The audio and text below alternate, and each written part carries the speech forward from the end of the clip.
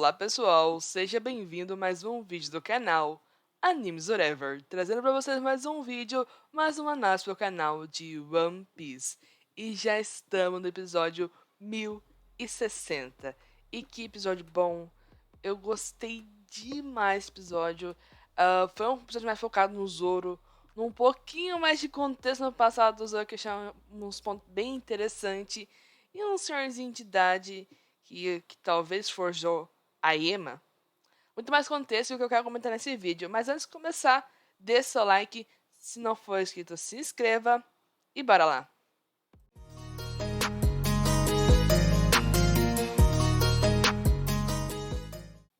Então, bora começar com esse vídeo a comentar sobre o episódio de One Piece. Pois, como eu disse, teve um grande foco interessante no Zoro. Só que ele tá ainda tendo essa batalha contra o King, que não tá sendo nada fácil. A gente comprou bastante episódio, além de um pouquinho dessa batalha, como assim, da batalha do Zoro vs King. Mas a gente tinha entre meio campo a batalha do Sanji vs Queen. E, tipo assim, tava tomando bastante tempo. E o Zoro tava, tipo assim, só de escanteio. Até que esse episódio desse que a gente viu, começou o Zoro ter o problema de não conseguir portar a espada Ema. E com isso, ele tava tendo bastante. Além de ser um inimigo bem extremamente forte, que é o King, a espada não tava de jeito nenhum. Ele conseguia utilizar suas habilidades, que é o manejo com as três espadas. Então, ele não tava conseguindo lutar dessa forma, já que a Ema não tava conseguindo deixar ele portar. Só que ele começou a se questionar muita coisa. No episódio passado a gente viu ele se questionando sobre o que o King poderia ser, porque poderia ajudar ele na batalha, no combate, dele entender mais sobre o seu inimigo. Mas nesse episódio também começou a questionar sobre a origem da Ema. Ele começou a tomar memória do passado dele, que não era tão frequente. Então, tipo, se a Emma tava vibrando, dava arrepio, ela tava lá, ela não precisava portar, ela não precisava se segurar. E tinha algum motivo, além que a gente já sabe que ela tava, por causa daquele instrumento musical que começou a tocar de fundo, ela começou a ficar mais agitada. Então, tudo isso parece que ela tá mais vibrante, não sei qual poderia impor em palavras.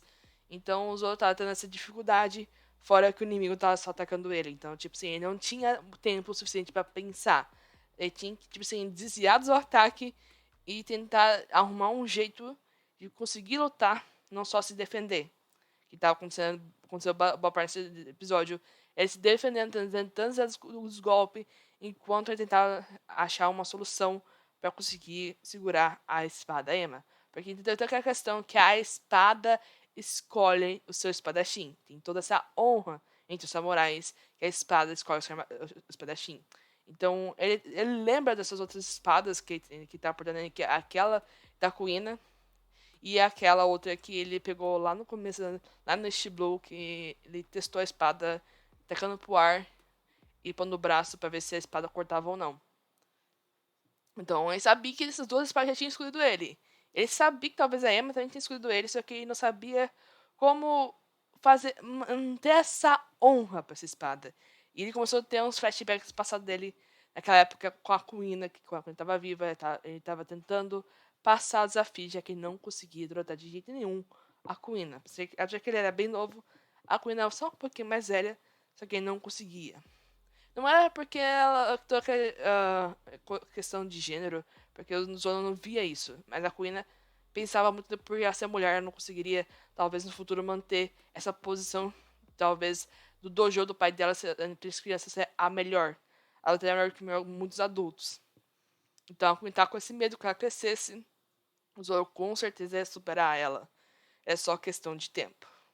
Mas o Zoro não via isso, que os dois deviam ser, eles tinham ser, tipo assim, uma rivalidade, essa é a palavra, né? Os dois seriam rivais, igual para igual, os dois seriam treinados de forma que os dois, tipo assim, a rivalidade é que justa. E com isso, ele tava, nesse passado do Zoro, ele tava se questionando porque como é que ele poderia fazer para conseguir superar a Kuina, até que ele tava lá treinando, aí apareceu esse senhorzinho aqui, e ele começou a dar umas dicas, falou uma palavra lá, que eu não lembro qual que é a palavra, que significava boa sorte pros samurais, e que geralmente eles não falavam em voz alta. E ele começou a dar umas sugestões pro Zoro, e o Zoro não queria ouvir. Eu comecei, não quis entender, não queria ouvir, só que o velho começou a perspicaz, viu que o Zoro tinha muita dedicação em treinar.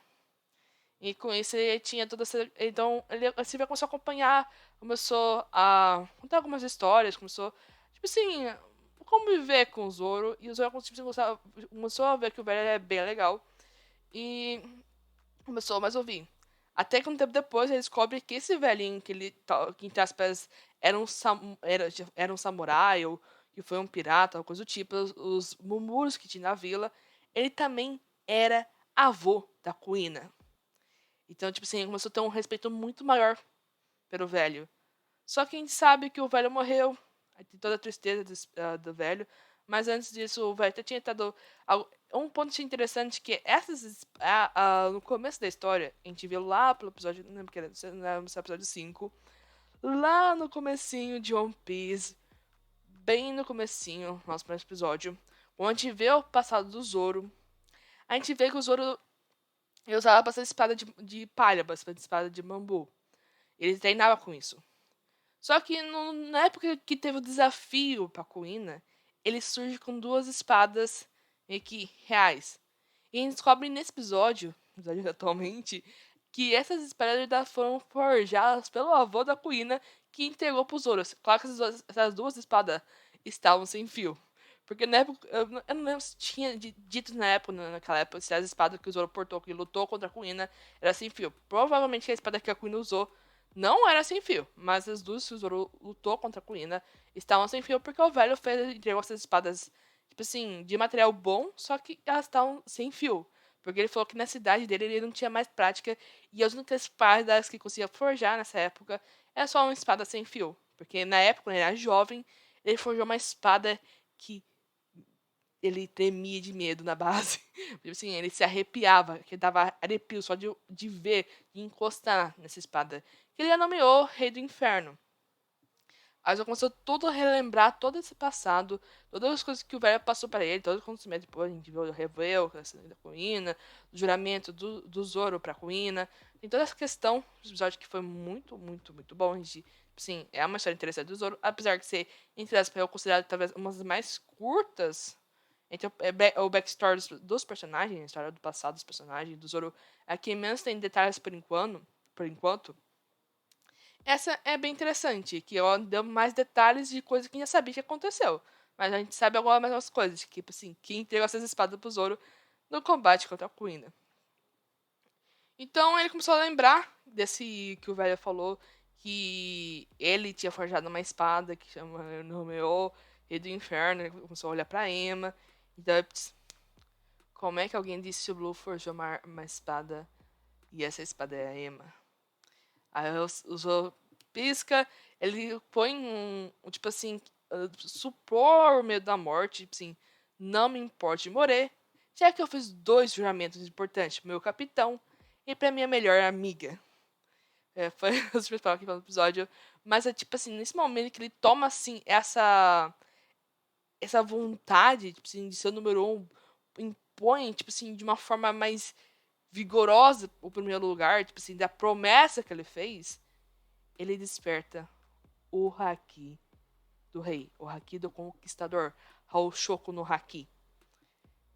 É o que dá pra entender. A gente supostamente viu os episódios passando os Zoros utilizando essa habilidade, a gente sabia que foi a Big Man, entre aspas, parecia que foi a Big Man.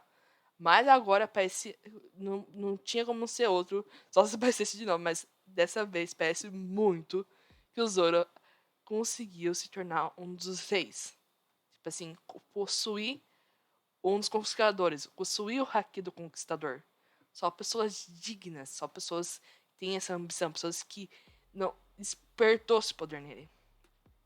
Então o Zoro tá em outro patamar agora. Porque ele tinha medo que a Emma conseguisse consumir todo o seu haki. Mas no momento que ele parou de pensar que a Emma ia consumir todo o haki dele, ele conseguiu avançar para um outro patamar. E ele fala pro King, em voz em bom tom, que ele não se importa em morrer. Ele tem duas promessas para cumprir: pro capitão e pra melhor amiga. E o episódio termina. Que episódio bom! Essa luta tá sendo muito interessante. A luta do Zoro versus o King, é só que eu tô encontrando. Eu não entendo muito de King, então, tipo, você não viu o passado do King, pra onde vai ter no futuro. Quando o Zoro derrotar o King, talvez a gente vê sobre o passado dele, ou mais detalhes sobre esse personagem, mas por enquanto, o grande foco é o Zoro. E esse batata é até que bem interessante. Então, pessoal, esse foi o vídeo. Espero que tenham gostado. Se gostou, deixe seu like. Se não for inscrito, se inscreva. E até a próxima. Tchau!